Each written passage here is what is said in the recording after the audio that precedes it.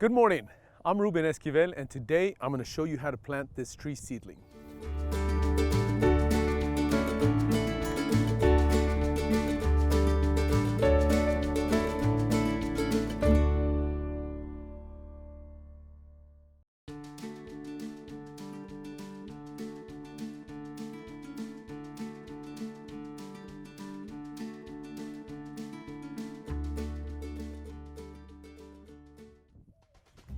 All right, step one, and very important, a little silly, but it makes a lot of sense. When you pick an area where you're gonna plant your tree, always remember to look up. Why? Very important, because we have power lines, we have houses, fences, things that we don't want our tree to eventually encroach into or grow into a power line. So we ready? Okay, so I'm gonna use this as an example of where you can plant your tree. One rule of thumb that I like to use is to use something like the size of a wheel. This is the size of the area that you're gonna dedicate for your tree, okay? So we're gonna use this, kind of gives you an idea of how big, okay? Another good example to use. All right, so this is what we're gonna do. We're gonna use an area of this size, and we're gonna clear it of grass, weeds, anything that's gonna compete with your sapling, all right? We want everything, all the water, nutrients to go to your seedling and not to the weeds or grass. Make sense? Okay, here we go. So, you only need to dig this. A lot of people have a misconception of digging this giant hole to plant this little tree. And if you do that, what's gonna happen, once you water, you're gonna lose your tree in that hole, okay? So no need to dig a deep hole. All you need is this deep right here, okay? Because the roots start here and the tree roots are ending right about this area, okay? All right, so once you've cleared your area, like I said, the size of about a bicycle wheel, that much right there, we're gonna clear this off, okay? Make sure you get all the grasses, weeds, anything that's gonna compete with your tree. All right, once you've done that, we start digging, okay? And I know I have it easy right now. Some of the areas out there are pretty hard, so don't forget, if you're gonna have a hard time digging, a good shovel to use, a sharpshooter, is a great tool to dig this out with, okay? I know that New Mexico grounds are not the softest soils around, but just a little muscle behind this will get you there. All right, so one thing to do is to just use your sapling and measure with it to see how deep we're gonna go, okay? As you can see, we're still kind of shallow, so we're gonna continue to dig, okay? Get a little bigger spade here. Take this soil out. Okay.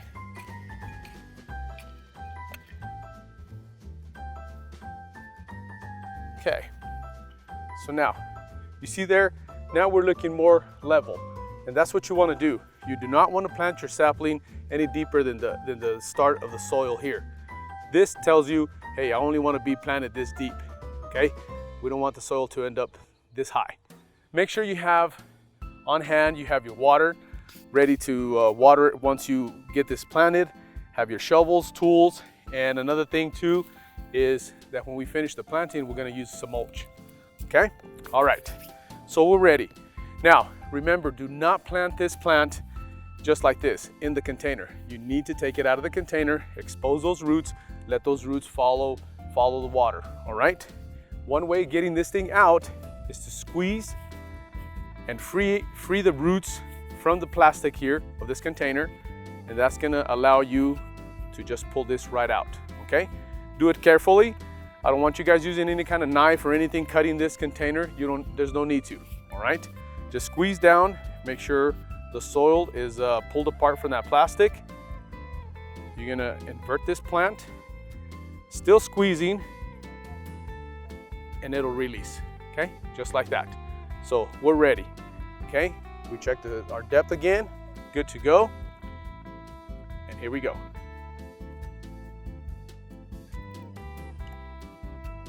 Okay?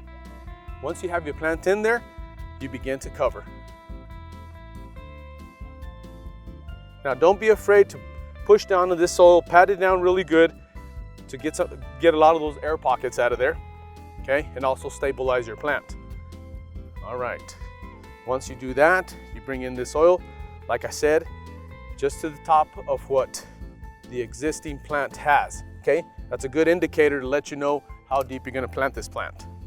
Then, what I would like for you to do is to create a little basin here. It's gonna hold your water, it's gonna hold your mulch, okay? So, as you do this, you've created this basin. It's gonna hold plenty of water for your tree.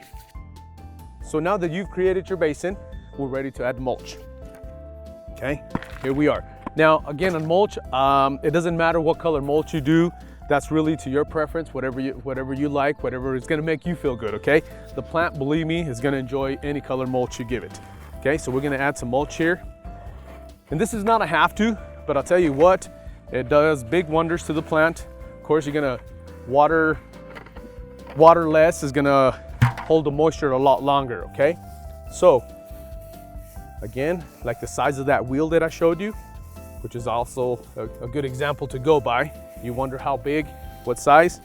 Well, if you need to pull that wheel off the bike to do it, I guess do so. But anyhow, here we are.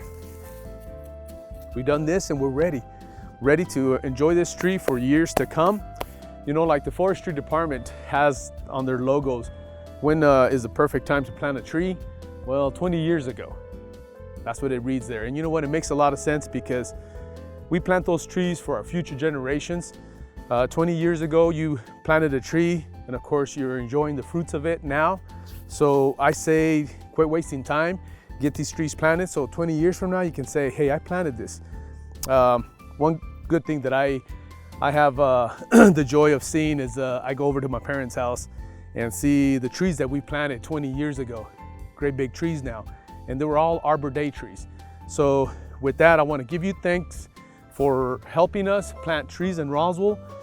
We are celebrating our 31st year of Tree City, USA.